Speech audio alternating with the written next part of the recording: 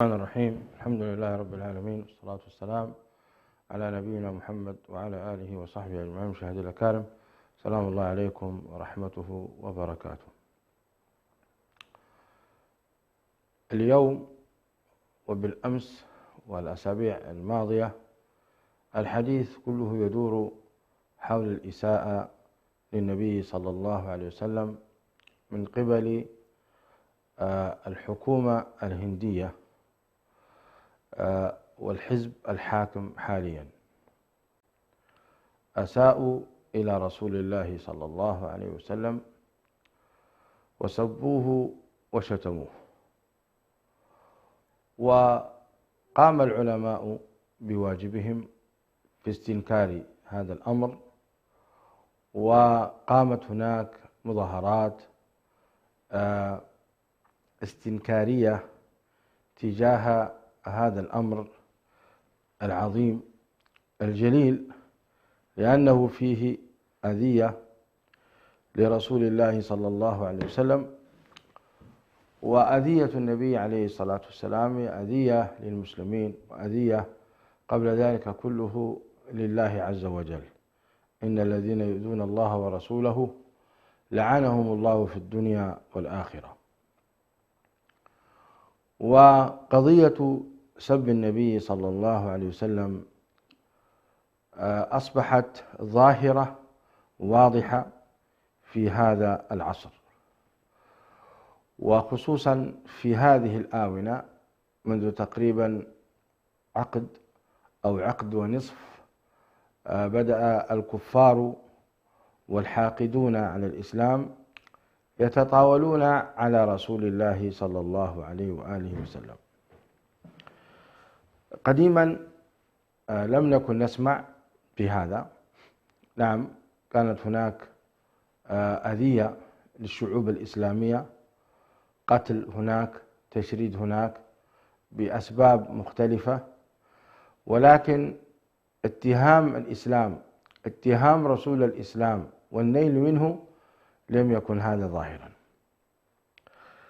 وعلى المسلمين وعلى العلماء بالذات أن يبحثوا أسباب التطاول على الرسول الكريم صلى الله عليه وآله وسلم. هل هو لأن هذه الحكومات لا تعرف مقام النبوة ولا تعرف النبي صلى الله عليه وسلم؟ القرآن يرد علينا هنا ويقول: يعرفونه كما يعرفون أبناءهم.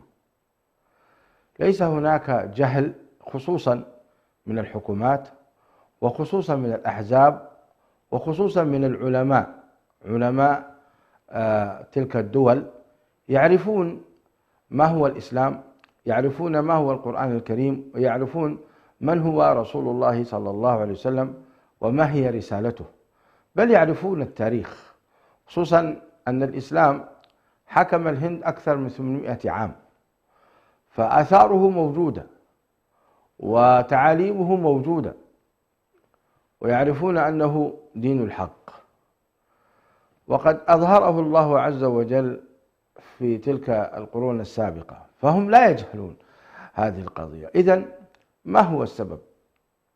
لماذا هم الآن يسبون النبي صلى الله عليه وسلم؟ هل يريدون أن تثور حفيظة المسلمين فيتصرفوا تصرفا خاطئا فيكون بذلك سبب لاندلاع حروب عظيمة، أو هم يريدون أن يتشفوا يبردوا الغل الذي في قلوبهم والحقد الذي في صدورهم تجاه النبي صلى الله عليه وسلم، أو ما هو بالضبط؟ ثم لم تكن هذه الأمور واقفة على سب النبي صلى الله عليه وسلم، وإنما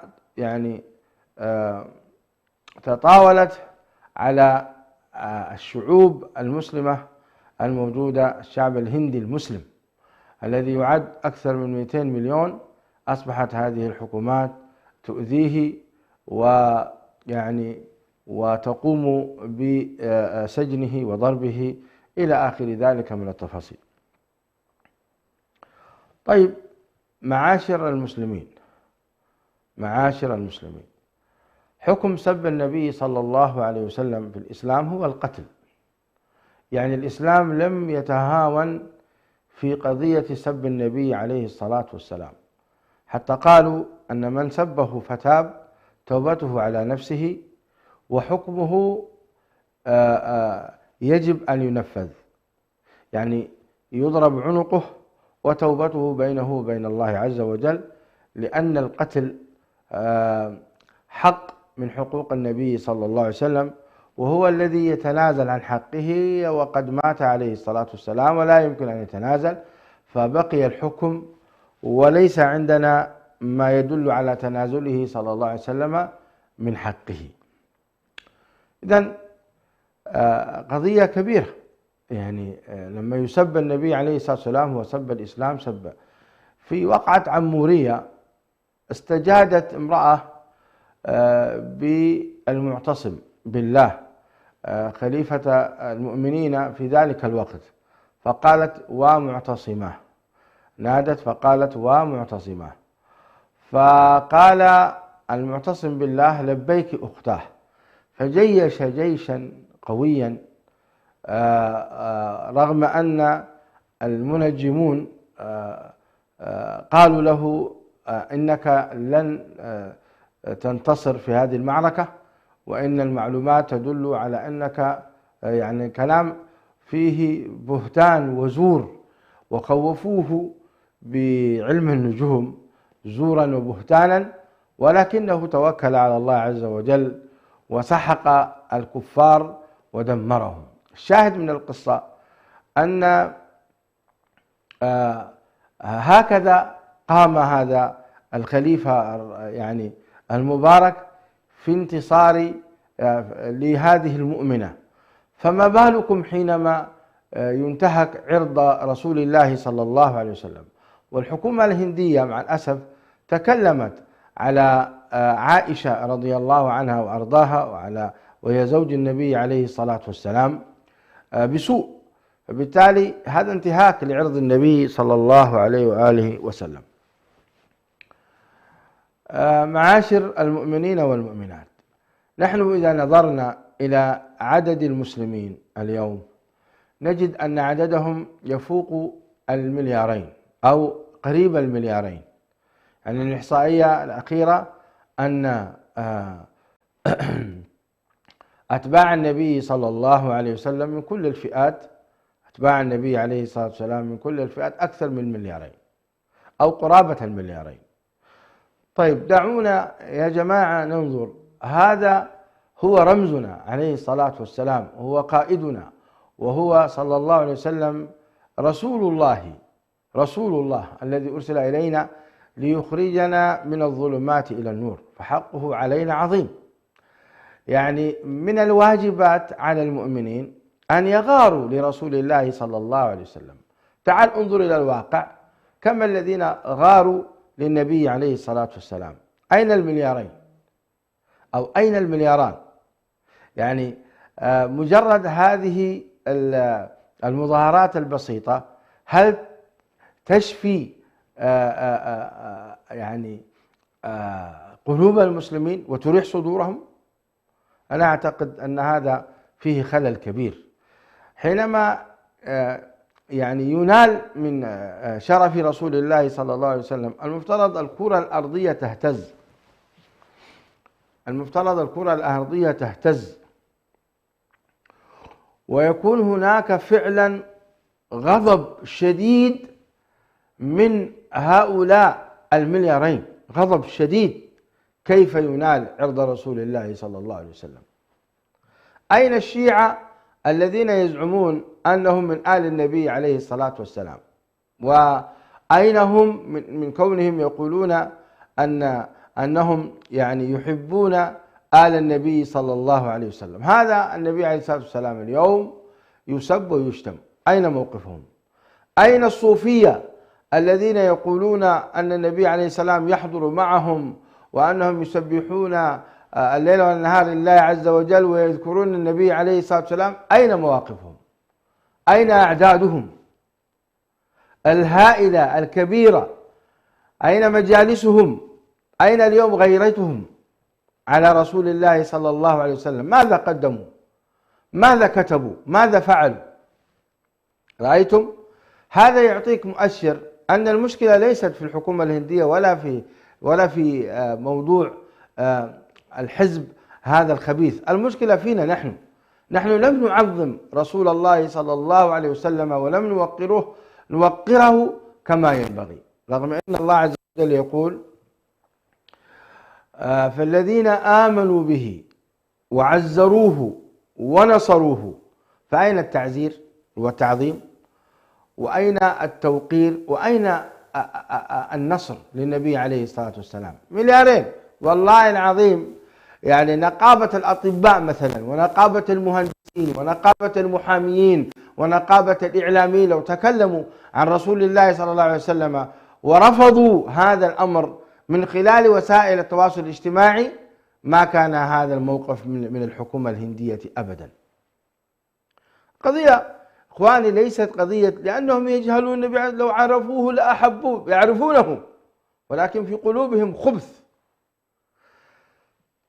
في قلوبهم خبث، وفي قلوبهم حقد على الإسلام والمسلمين، ولذلك أرادوا أن يتشفوا من رسول الله صلى الله عليه وسلم من خلال هذا السب وهذا الشتم.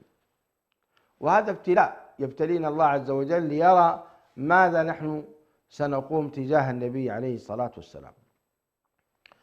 العجيب أن الله سبحانه وتعالى تكفل بالدفاع عن نبينا محمد صلى الله عليه وسلم، وقال: فسيكفيكهم الله،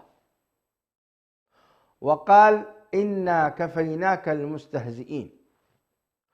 والمتتبع للتاريخ في من سب النبي عليه الصلاة والسلام أو انتقصه تجد أن الله عز وجل يا انتقم منه شر انتقام، يا هداه إلى الإسلام فتاب وعاد إلى ربه.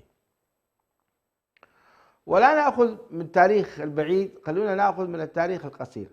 الذي سب الذي صنع فيلما سيئا لرسول الله صلى الله عليه وسلم، العالم الهولندي، هذا الرجل أساء للنبي عليه الصلاة والسلام بفيلم، ثم شرح الله صدره للإسلام فندم وبكى، وذهب إلى قبر النبي عليه الصلاة والسلام وطلب السماح وطلب العذر من النبي عليه الصلاة والسلام في قبره، وتاب واستغفر لله عز وجل.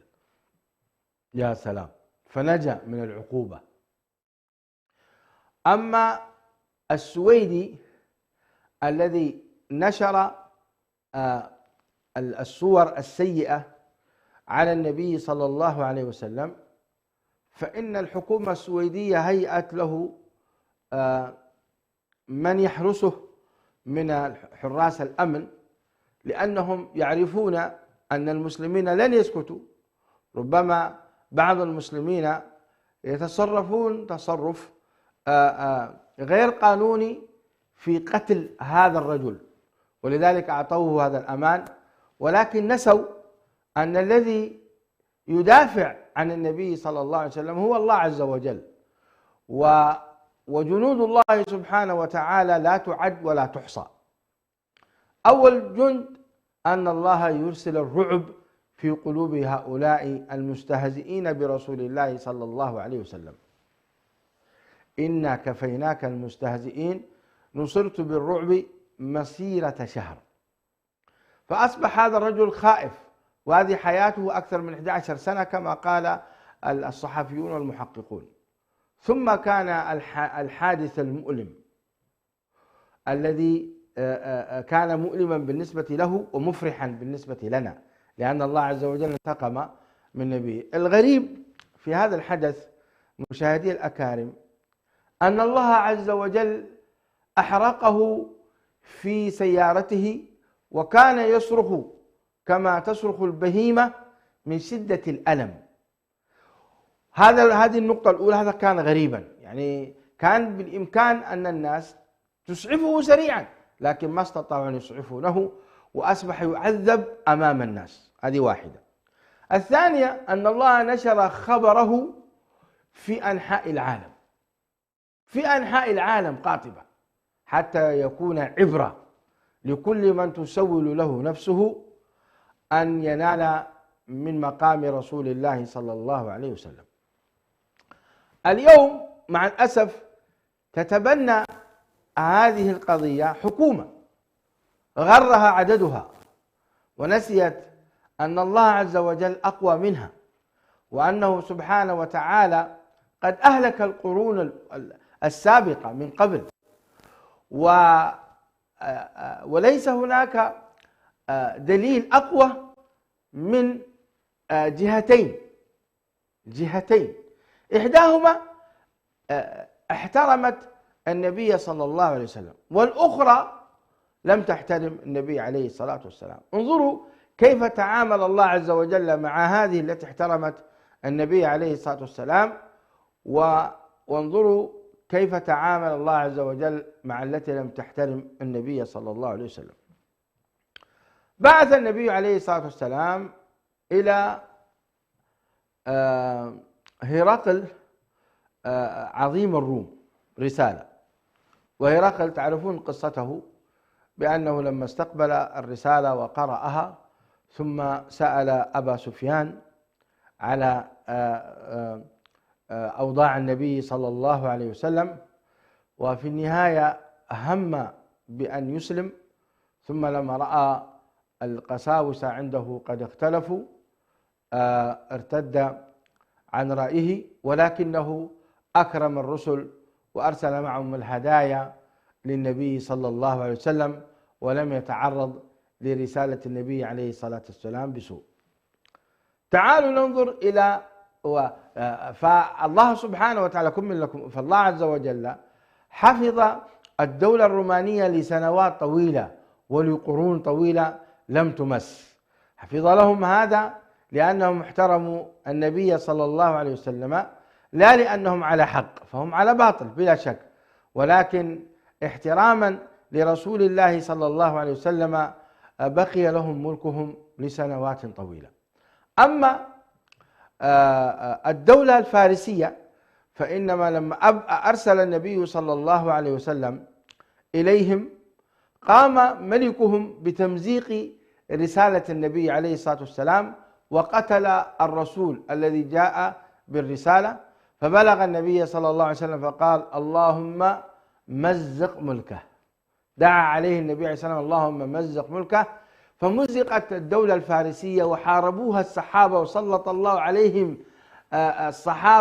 سلط الله الصحابة على الحكومة الفارسية حتى انتهت تماما وسقط ملكهم تماما.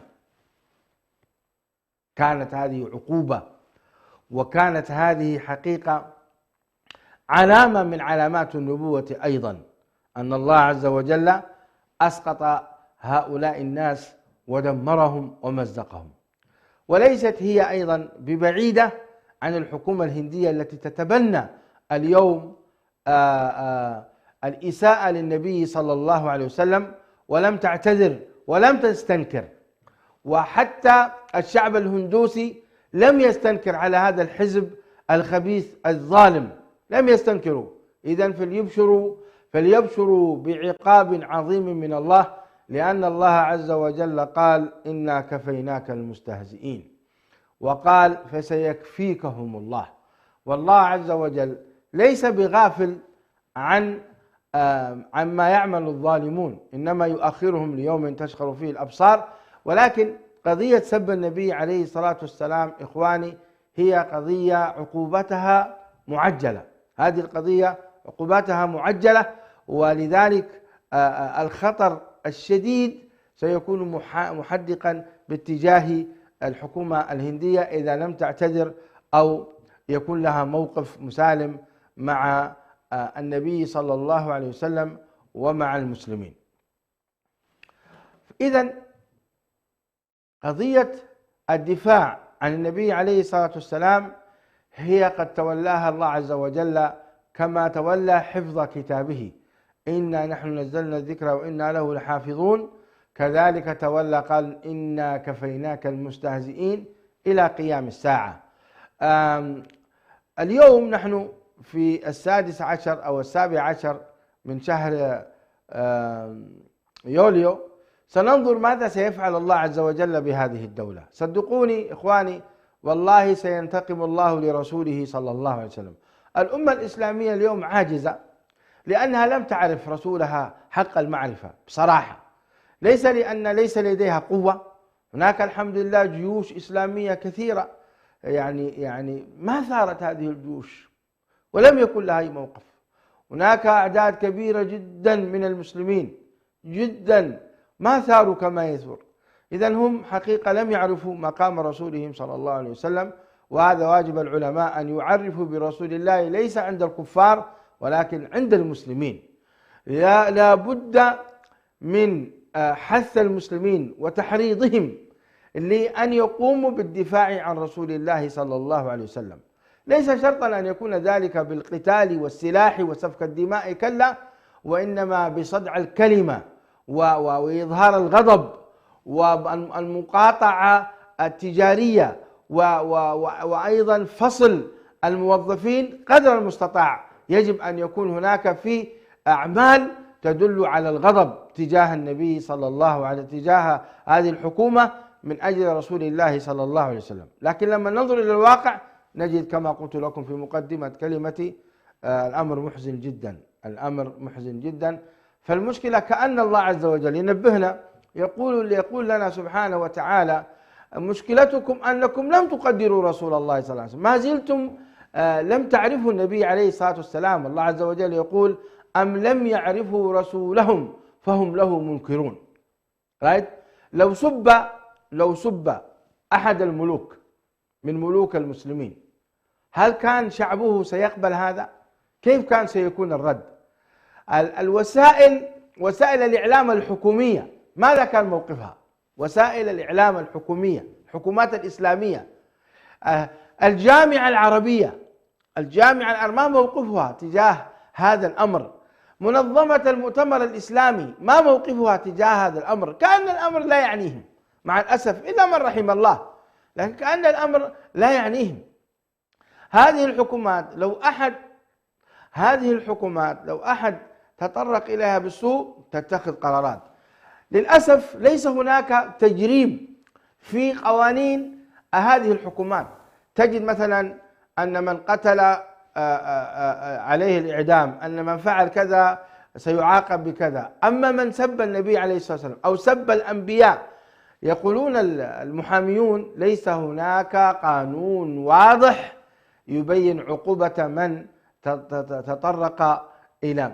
نحن ديننا مشاهدي كان الكنترول يقول لي فاصل ثم واصل. طيب أنا سأقف هنا ثم أكمل معكم. بارك الله فيكم، ابقوا معنا.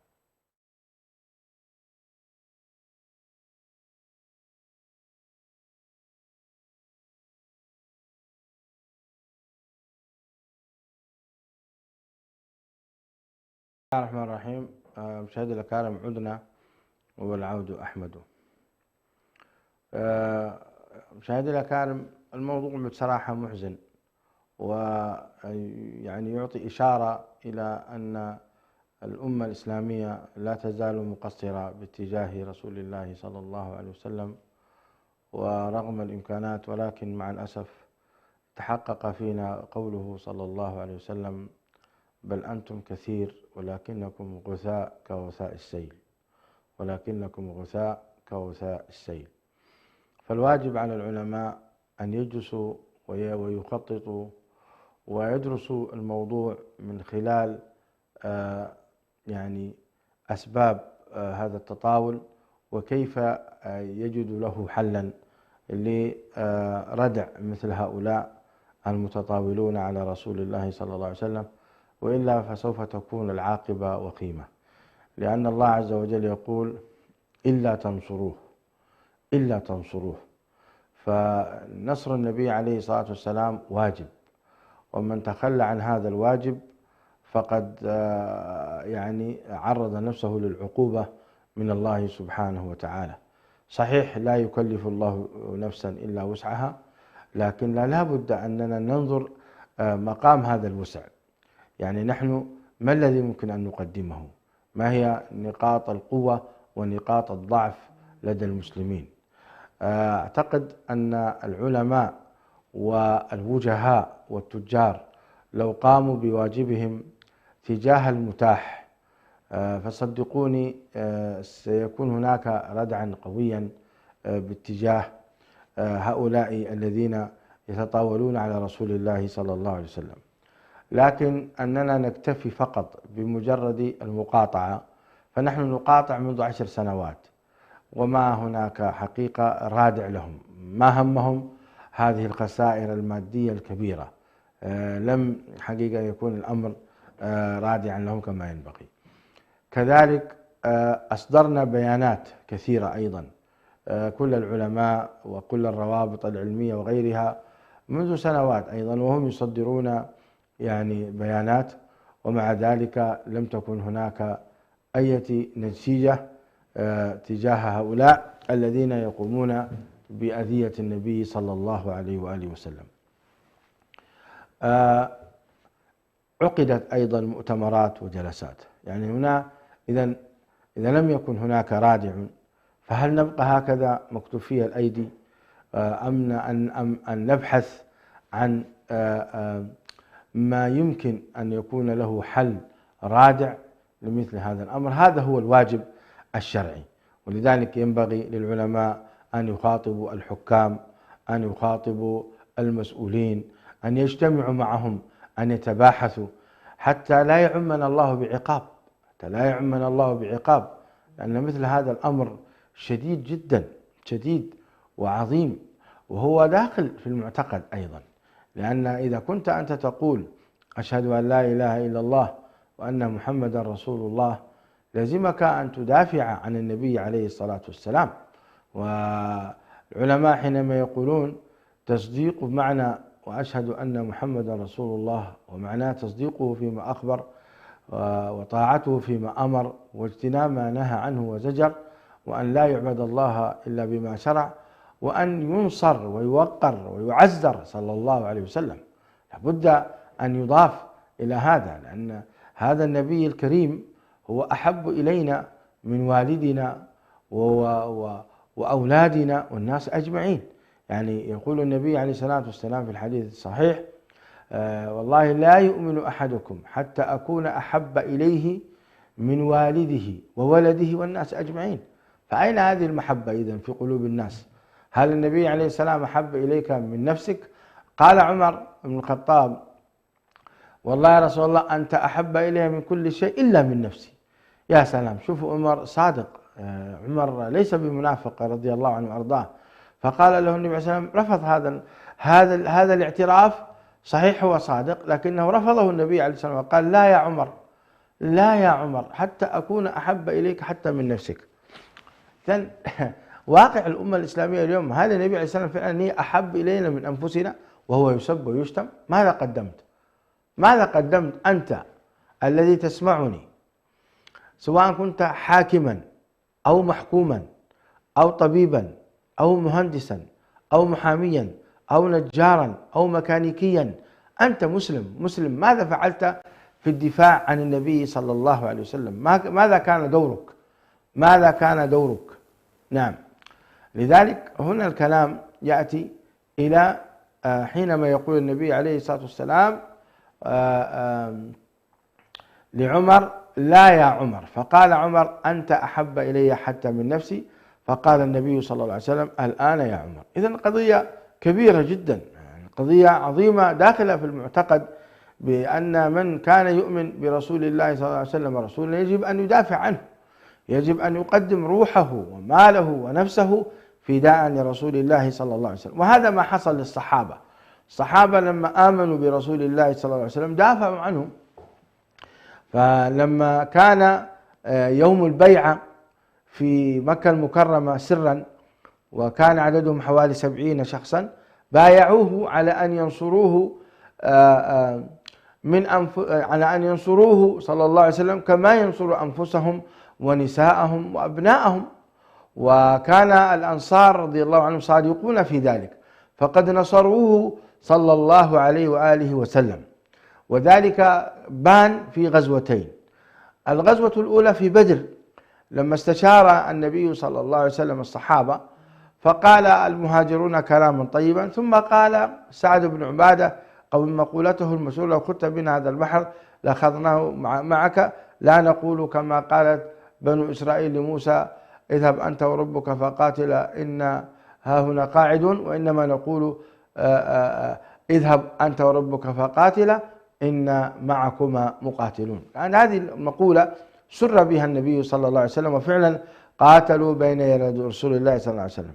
الغزوة الثانية التي أبلوا فيها الصحابة من الأنصار بالذات بلاء حسنا في غزوة أحد، فلما اشتد الضغط على النبي عليه الصلاة والسلام وأصبح رسول الله صلى الله عليه وسلم يحتمي بإحدى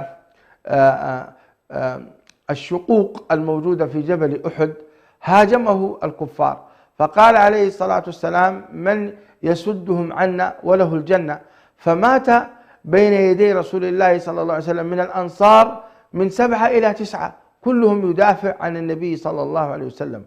وكان طلحة بن عبيد الله يقول: نحري دون نحرك يا رسول الله، نحري دون نحرك. وكان أيضا أبو عبيدة عمرو بن الجراح وأبو بكر الصديق يعني يتسابقان كيف أحدهم ينزع الدرع أو الحلقة من حلقات الدرع، من حلقات المغفر التي دخلت في ودنتي رسول الله صلى الله عليه وسلم. بل أن نسيبة، وهذه رسالة أيضا للنساء، نسيبة رضي الله عنها وأرضاها كانت تدافع عن النبي صلى الله عليه وسلم بسيفها، ويقول النبي عليه الصلاة والسلام: ومن يطيق ما تطيقينه يا أم عمارة رضي الله عنها وأرضاها. حتى النساء اضطررن للدفاع عن النبي عليه الصلاة والسلام. اليوم أين موقف النساء؟ ما رأينا مظاهرات يعني للنساء، اللهم إلا هذه الفتاة جزاها الله خيرا التي تعرضت لكثير من المتاعب لأنها كانت حقيقة رائدة في هذا، ولكن بقية النساء في بقية بلدان العالم أين موقفهن؟ أين التغريدات؟ أين الرسائل؟ أين الاستنكار؟ أين يا جماعة، نحن في خطر عظيم، في خطر عظيم، يعني لا بد أن نري الله عز وجل من موقفنا. هكذا كان موقف الصحابة، فرضي الله تبارك وتعالى عنهم أجمعين. الله عز وجل قادر أن يدافع عن النبي عليه الصلاة والسلام، فيرسل الملائكة ويرسل القوات السماوية المسلحة لتدافع عن النبي عليه الصلاة والسلام، ولكن الله عز وجل يريد أن يختبر الصحابة وأن يمتحنهم في معرفة مقام رسول الله صلى الله عليه وسلم في قلوبهم. فرضي الله تبارك وتعالى عنهم وأرضاهم لأنهم ماتوا بين يدي رسول الله صلى الله عليه وسلم. يا معاشر العلماء، يا معاشر الدعاة، يا معاشر، لابد أن نعيد ونفكر كيف نحمي الدعوة، كيف نحمي الإسلام، كيف نحمي. لا بد لنا من هذا من خلال المناقشات مع رؤساء الحكام والمسؤولين، ونطرح هذه القضية ونناصحهم ونخوفهم بالله عز وجل، لأن الله عزيز ذو انتقام، وقد وعدنا: ولينصرن الله من ينصره إن الله لقوي عزيز.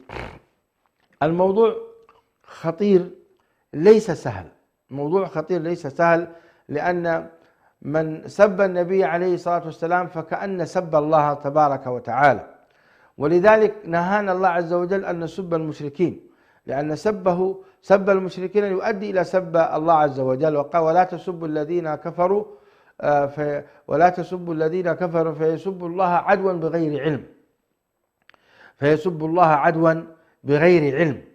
فسب الله سبحانه وتعالى قضية عظيمة وكبيرة، وسب المشركين وسب آلهتهم قضية ممدوحة، ولكن الله عز وجل نهانا لأن السبب سيؤدي إلى سب الله سبحانه وتعالى. فسب الله عز وجل مقرون بسب النبي عليه الصلاة والسلام. إذن فالله عز وجل سيغضب علينا قبل أن يغضب على الحكومة الهندية أو على أي جهة من الجهات، ما لم يكن هناك استنكار. من رأى منكم منكرا فليغيره بيده، فإن لم يستطع فبلسانه، فإن لم يستطع فبقلبه، وذلك أضعف الإيمان.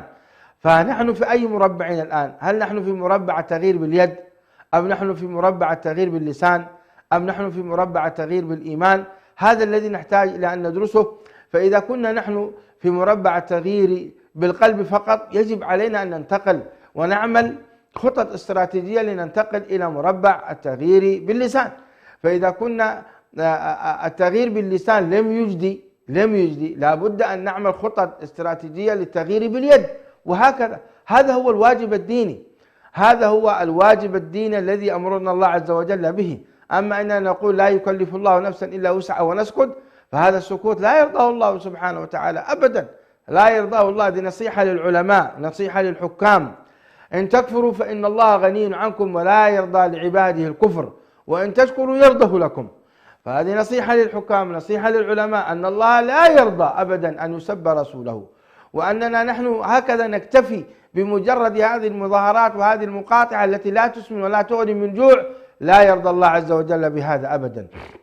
لا بد أن يكون لدينا نحن خطط استراتيجية لإنكار هذا الموضوع وتغييره، حتى ولو أدى ذلك إلى عشرات السنين. لكن نسكت، لا يجوز لنا أن نسكت. أما إذا كنا نحن نعمل من أجل أن نصل لمرحلة أننا نكف هؤلاء المجرمين عن ألسنتهم من خلال قوة نحن ننشئها، والله عز وجل يقول: أعدوا لهم ما استطعتم من قوة من رباط الخيل ترهبون به عدو الله وعدوكم. هذا لا بد منه معاشر المسلمين.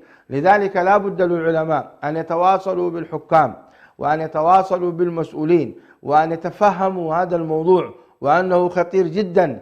ولا بد لهم أيضا أن يخاطبوا الشعوب الإسلامية، ويحركوا فيهم مكامن الإيمان، وأن أن تضغط هذه الشعوب على حكامها فدا لرسول الله صلى الله عليه وسلم. وإلا بغير هذا لا يمكن أن ننصر النبي صلى الله عليه وسلم. هذا باتجاه واجبنا.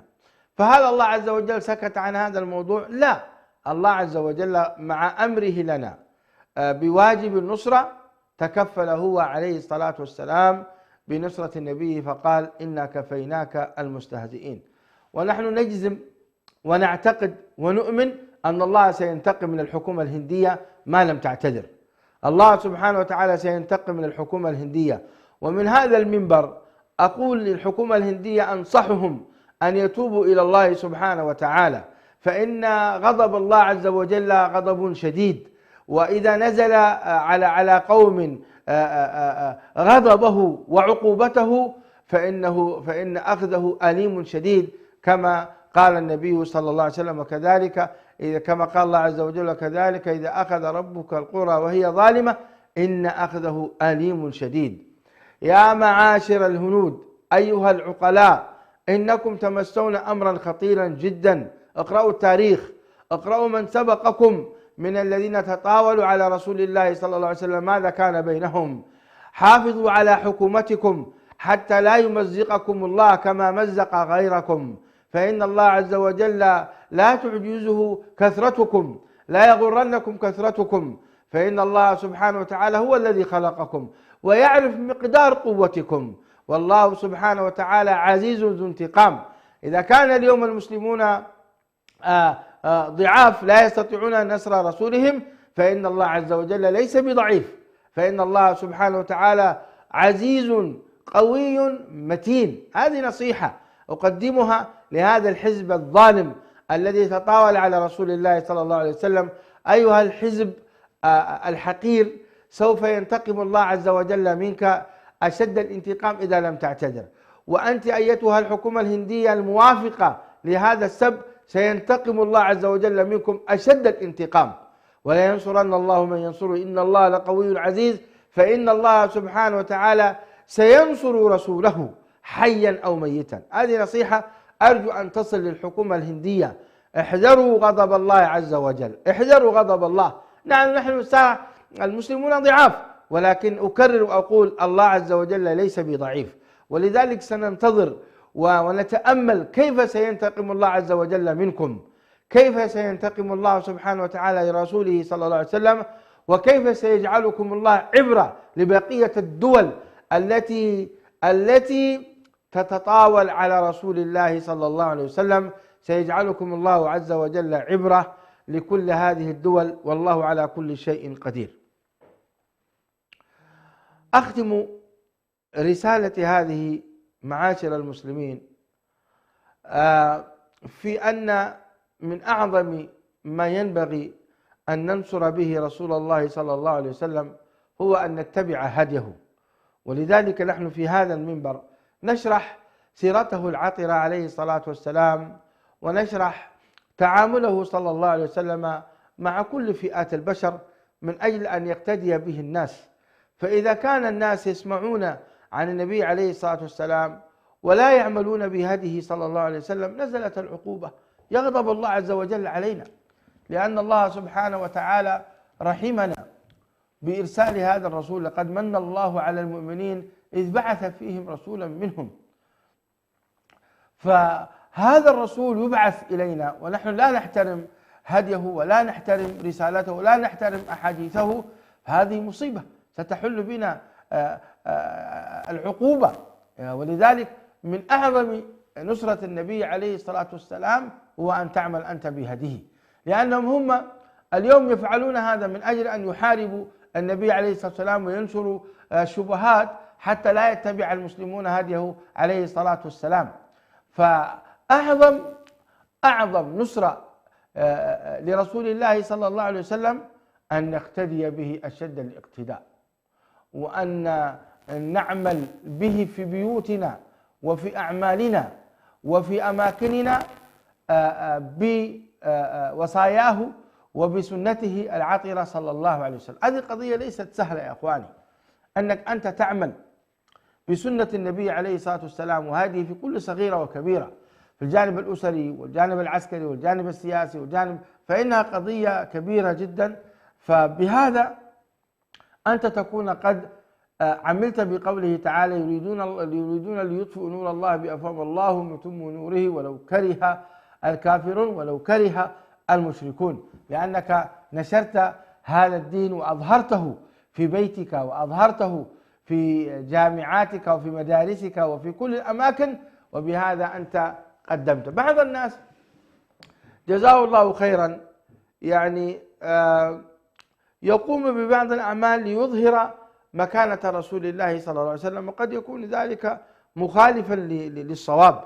مثلا في مرة من المرات أذكر قبل حوالي 10 سنوات أو 15 سنة إحدى الجهات عملت شمع، مبنى بشمع كبير كتبت عليه محمد رسول الله. الشمع هذا كلف نصف مليون ريال سعودي، وشمع ضخم كبير. نصف مليون ريال من أجل كتابة اسم النبي صلى الله عليه وسلم شيء طيب، ولكن هناك أطيب منه، وهو أن نصف مليون هذه لو تصرف في كيفية نصرة النبي عليه الصلاة والسلام للتعليم والتوجيه ودعوة الناس في إقامة المسابقات والتعليم والإرشاد وحث الناس لمثلا نعمل حملة مثلا لنشر سنة من السنن، نعمل حملة مثلا لرفع قضية من قضاياه عليه الصلاة والسلام. أعتقد هذا سيكون له وقع أكثر من مثل هذه الأعمال. كذلك الأيام هذه شاهدت أيضا في بعض وسائل التواصل الاجتماعي في ميديا، رأيت أن هناك بعض ما شاء الله المنتجات وبعض الأفلام مقاطع تبين يعني بشكل جميل اسم النبي صلى الله عليه وسلم. جيد إظهار عليه الصلاة والسلام، لكن نحن نحتاج يا جماعة إلى أن نرى أنفسنا هل نحن متبعين لهدي رسول الله صلى الله عليه وسلم في ملابسنا، في وجوهنا، في صلواتنا، في خلواتنا، في كل مقام. هذا هو حقيقة. ولذلك قال الله عز وجل قل إن كنتم تحبون الله فاتبعوني يحببكم الله ويغفر لكم ذنوبكم. وقال سبحانه وإن تطيعوه تهتدوا. فمن أعظم نصرة النبي عليه الصلاة والسلام القيام. يعني نحن في مثل هذه الأمور لو قمنا بحملة فلنتبع هدي رسول الله صلى الله عليه وسلم، حملة نحن نؤمن به وسوف ندافع عنه، حملة هكذا كل القنوات الحكومية والقنوات. لكن مع الأسف نعود ونكرر أن وضعنا صعب حقيقة. هذا مؤشر من الله عز وجل ليبين لنا مدى مكانة رسول الله صلى الله عليه وسلم عندنا في قلوبنا، يبين لنا. ولذلك التركيز هنا والله العظيم لو كان حبنا لرسول الله صلى الله عليه وسلم كحب الصحابة ما تجرأت الحكومة الهندية ولا الحكومة الفرنسية في التطاول على النبي صلى الله عليه وسلم أبدا. لكن لما رأوا أننا لم نحترم أو لم نقدر النبي عليه السلام كما ينبغي تطاولوا. هنا الإشكال، تطاولوا. فهل تستطيع الحكومة الهندية أنها تتطاول على رؤساء الحكام؟ هل تستطيع الحكومة الهندية أن تتطاول على قوانين الحكام؟ هل تستطيع الحكومة الهندية أن تتطاول على الأنظمة الدولية؟ لا، لأن هذه مقدرة ومعظمة. أما الرسول الكريم نحن إذا لم نقدره ولم نعظمه لن تعظمه لا الحكومة الفرنسية ولا الحكومة الهندية. وأخشى أن تأتي حكومات أخرى، أخشى أن هذا الموضوع مشاهدي الأكارم أنه مخطط له أصلا من قبل الكفار من أجل النيل على رسول الله من رسول الله صلى الله عليه وسلم، مخطط له. يعني يا حكومة الهندية الكافرة أنت قومي بهذا الدور، وأنت يا فرنسا قومي بهذا الدور، وأنت يا دولة فلانية قومي بهذا الدور من أجل الإساءة للنبي عليه الصلاة والسلام. أخشى أن يكون هذا مخططا كفريا من قبل هؤلاء. ولذلك نحن ماذا ننتظر حتى يحل بنا العقوبة؟ الأمر خطير. صلى الله تعالى أن ينصر دينه ويعلي كلمته، وأن يستعملنا لخدمة دينه وعلاء كلمته ولنصرة رسوله صلى الله عليه وسلم، أن يشرفنا بذلك إنه ولي ذلك والقادر عليه. والله أعلم. صلى الله وسلم وبارك على نبينا محمد وعلى آله وصحبه أجمعين.